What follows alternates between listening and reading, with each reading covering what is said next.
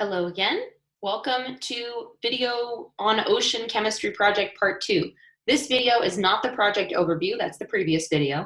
This video is just to talk about the background information. So if you wanted either a lecture or you wanted more support on this background information, that's what this video is for, is to go through some of the content that we're talking about. So for this slide, I'm going to go through each of the slides on background information. I'll read them to you. I'll explain stuff kind of like a normal video lecture. The only thing I won't do is we're not going to watch the videos together. For that, you can pause this video, watch the video on your own. So for the background information, this is designed to give you the information and evidence you need to work on this project. So you can see it says to review the information, annotate if you would like. They're your slides. Do what you want with them. And then complete the questions on slides 14 and 20. They're not graded, but they're going to help you with your project, especially the ones on slide 20. If you have a good handle on those, then that portion of your project that asks you to explain an equation is going to be much smoother for you. And this is also going to be what you're answering for assignment number 1, week 8 on NEO, is going to be very similar to the questions on slides 14 and 20. So this video, you can pause here, you can go watch this video. It's great. It's a 4-minute overview of climate change by Bill Nye and National Geographic. So you can pause, go watch that. I'm going to move forward. So in order to understand ocean acidification, so our question, remember, is how is the equilibrium position of the ocean changing and who and what's being affected? So in order to understand ocean acidification, we need to understand 3 principles of chemistry. The first is human-caused greenhouse gas emission.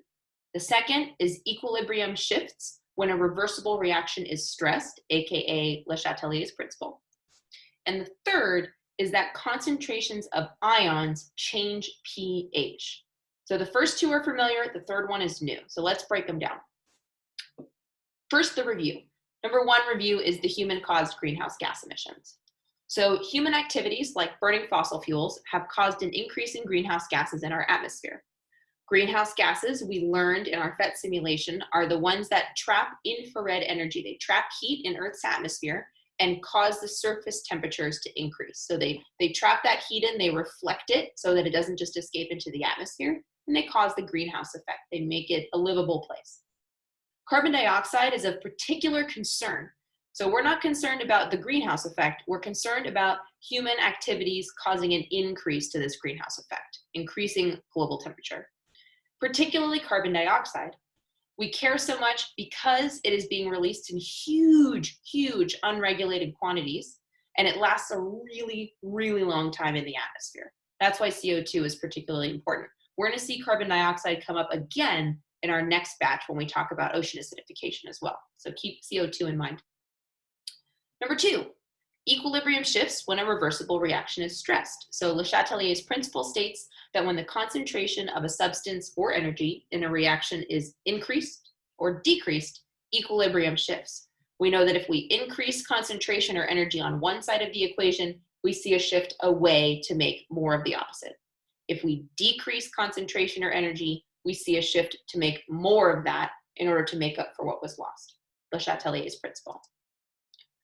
The new one is number 3. So the new one is concentrations of ions change pH. This is a lot of information, bear with me.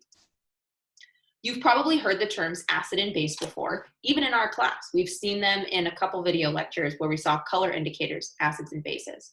The question is, well, what's the difference chemistry-wise? What is the difference? So the more H plus ions, so hydrogen ions, a solution has, the more acidic and the lower the pH. That's the gist right there. The more H plus a solution has to be a liquid or an aqueous solution, the more acidic. The pH stands for French's pauvre hydrogen. I'm pronouncing that wrong, but there it is. Or in English, we usually refer to it as hydrogen power or power of hydrogen. That's why the H is capitalized. The pH scale is how all chemicals, literally all of them, can be ranked according to how acidic or basic. I like to use the word alkaline instead of basic. That's kind of the more traditional word because basic can mean more things. On a scale, a 1 on the scale is very acidic, a 14 is very basic. So our scale is from 1 to 14. The pH scale is based on powers of 10. That means that an acid with a pH of 3 has 10 times more H plus ions in a solution than an acid with a pH of 4. So the difference between a 3 and a 4 on the pH scale is big. It's way, way, way more acidic to be a 3 than a 4 because of this logarithmic type scale here. If H plus and OH minus are equal, so if we have the same concentration of H plus and OH minus, we consider that solution to be neutral. It doesn't have a lot of H plus, it doesn't have a little H plus, it's balanced, not acidic or basic. That's why we consider water, distilled water, which is pure H2O, you can see HOH, H2O, is perfectly neutral. It's got the exact correct values for both. So you can see this kind of summary here. Something that's acidic has more H plus than OH. Neutral has the same of each. Something that's considered alkaline or basic has more OH. That's it. It's divided 1 to 14, 7 being right in the middle. We're going to see a big old picture of this in just a second, by the way. So beyond chemistry, what are kind of some of the properties?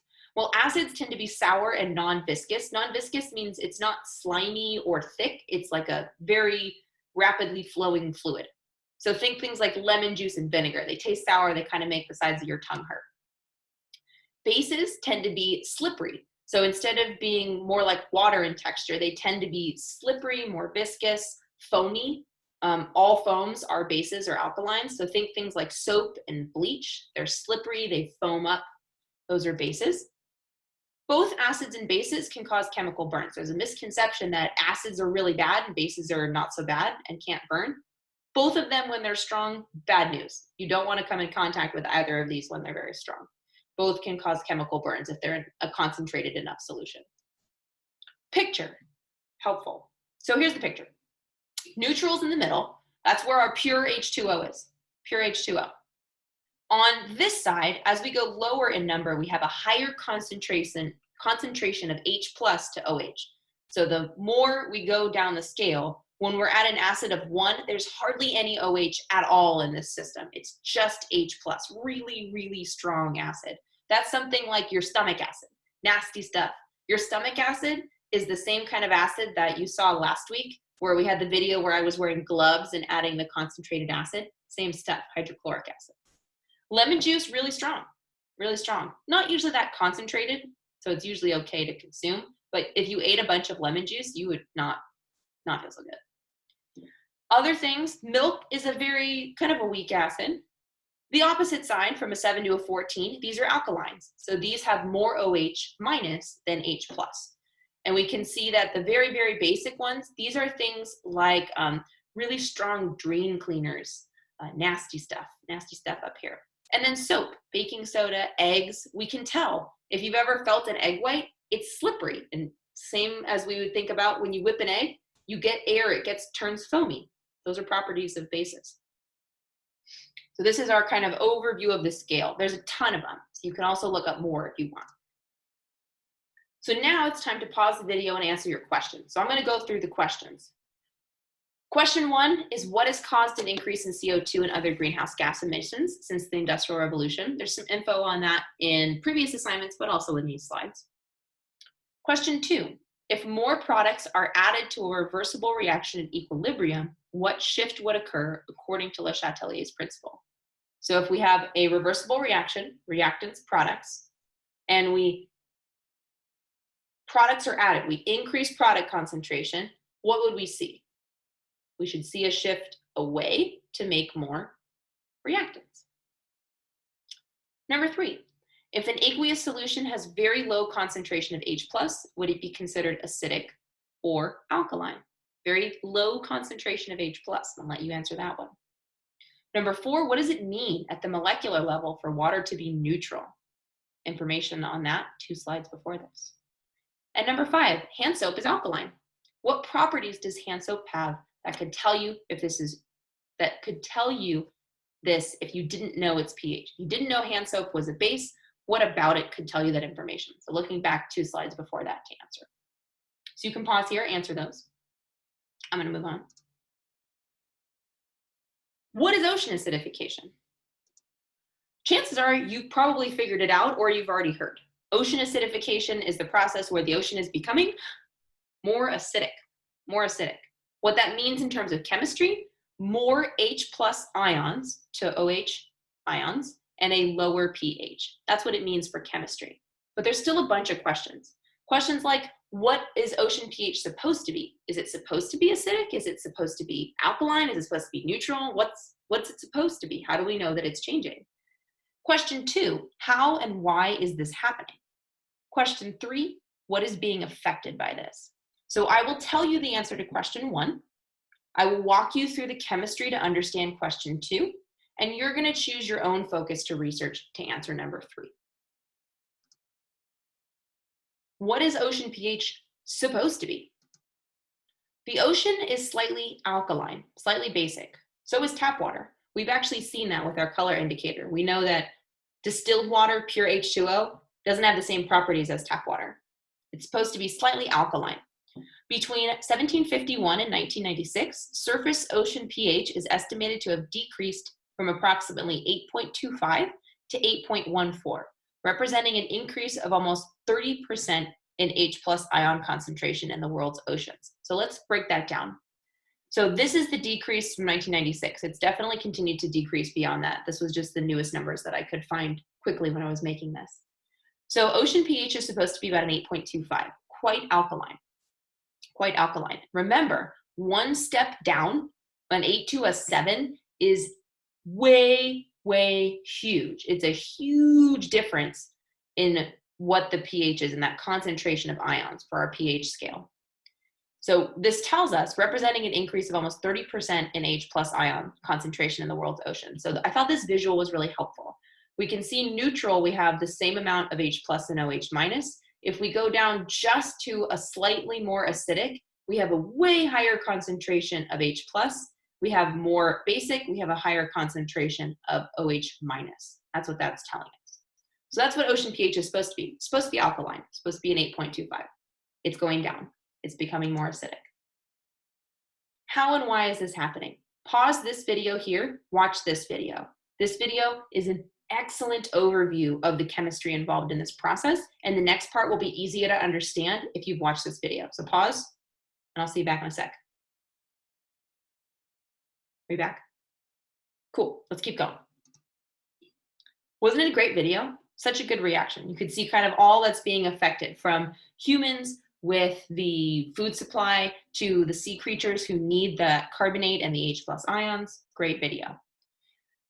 Equations.